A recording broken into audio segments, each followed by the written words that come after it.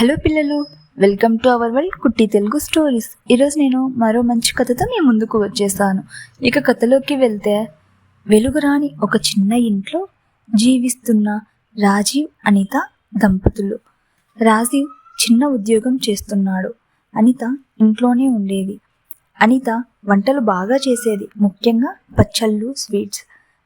రాజీవ్కి వచ్చే జీతం ఇంట్లో ఏమాత్రం సరిపోయేది కాదు, కానీ అలాగే సర్దుకుపోతూ ఉండేవారు. ఒకరోజు అనితకు ఒక ఆలోచన వచ్చింది. అది రాజీవ్తో షేర్ చేసుకోవాలనుకుంది. సాయంత్రం రాజీవ్ చిరాగ్గా ఇంటికి వచ్చాడు. అనిత కొంచెం బెరుకుగానే రాజీవ్ దగ్గరికి వెళ్ళి మంచినీళ్ళు, కాఫీ ఇచ్చింది. రాజీవ్ కొంచెం కూల్ అవ్వగానే, ఏమండి, మనం పచ్చళ్ళ బిజినెస్ స్టార్ట్ చేద్దామా అని అడిగింది. రాజీవ్ షాక్ అయ్యి, మన దగ్గర అంత డబ్బు లేదు, పెట్టుబడి పెట్టడానికి కూడా కష్టమే, అయినా మనకు బిజినెస్ గురించి ఏమీ తెలియదు, ఎందుకు రిస్క్ తీసుకోవడం అని అన్నాడు. అప్పుడు అనిత, ఏమండి, మనం రిస్క్ తీసుకోకపోతే ఇంకెప్పటికీ మన జీవితాలు మారవు, అయినా మనం చిన్నగా బిజినెస్ స్టార్ట్ చేద్దాం, మనం సేవ్ చేసుకున్న డబ్బులతోనే అని చెప్పింది. రాజీవ్కి ఈ ఐడియా కన్విన్సింగ్గా అనిపించింది. సరే అని చెప్పి వారి దగ్గరున్న 2000 రూపాయలతో కొన్ని పచ్చళ్ళు మరియు కొన్ని మిఠాయిలు తయారు చేశారు. వాటిని పక్కింటి వాళ్లకు మరియు స్నేహితులకు ఇచ్చి ఫీడ్బ్యాక్ అడిగారు. అందరూ ఒకేలా చెప్పారు, చాలా బాగున్నాయి, ఇంకా చేస్తే మేము కూడా కొంటాం అని. ఈ మాటలకు రాజీవ్ మరియు అనితకు ఒక నమ్మకం కుదిరింది. నెక్స్ట్ టైం వాళ్ళు ఎక్కువ మోతాదులో పచ్చళ్ళు పెట్టారు. రాజీవ్ పచ్చళ్ళ గురించి చిన్న పోస్టర్స్ని ప్రింట్ చేశాడు.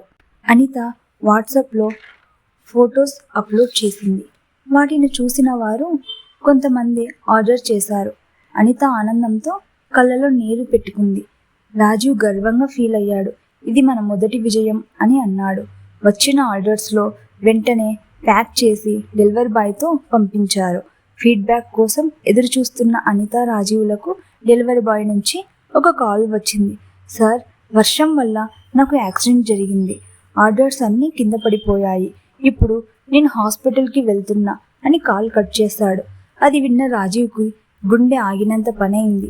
ఈ విషయం తెలుసుకున్న అనిత కుంగిపోయింది.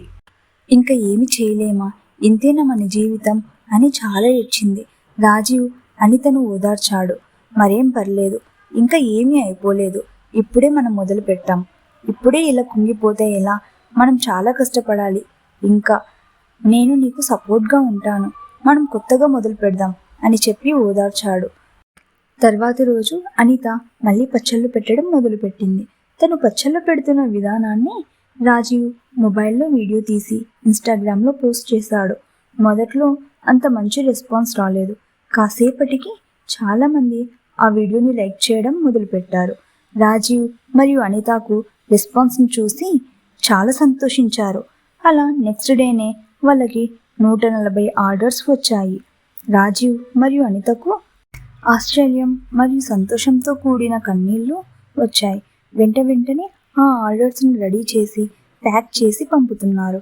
వారు రోజు రాత్రి వరకు కష్టపడి పనిచేసేవారు.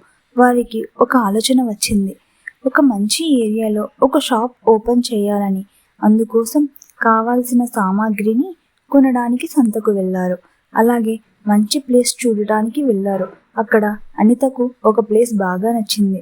దాన్ని ఫిక్స్ చేసుకొని పేమెంట్ చేసి మరుసటి రోజు ఆ షాప్కి అనిత హోమ్ ఫుడ్స్ అని బోర్డు రెడీ చేసి ఆ షాప్ని ఓపెన్ చేశారు.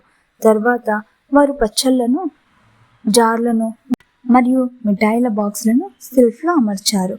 జనాలు క్యూ కట్టారు షాప్ బయట. వారి సక్సెస్ గురించి ఒక న్యూస్ పేపర్లో ఆర్టికల్ కూడా వచ్చింది. అనిత మరియు రాజీవ్ వారి సక్సెస్ను ఎంజాయ్ చేస్తున్నారు. దానికి తగ్గట్టు కష్టపడుతున్నారు కూడా. ఈ కథలోని నీతి ఏంటంటే, కలలు చూపేవారు ఒకరే కావచ్చు, కానీ ఆ కలను నెరవేర్చేది ఇద్దరి నమ్మకం.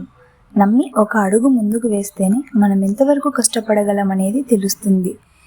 ఈ కథలో మీకు ఒక్క లైన్ నచ్చినా ప్లీజ్ ఆ లైన్ ఏంటనేది కమెంట్ చేయండి. ప్లీజ్ ఈ వీడియోని లైక్ చేయండి. మీ ఒక్క లైక్ నాకు చాలా పెద్ద హెల్ప్ అవుతుంది. Thank you. సబ్స్క్రైబ్ చేసుకోండి.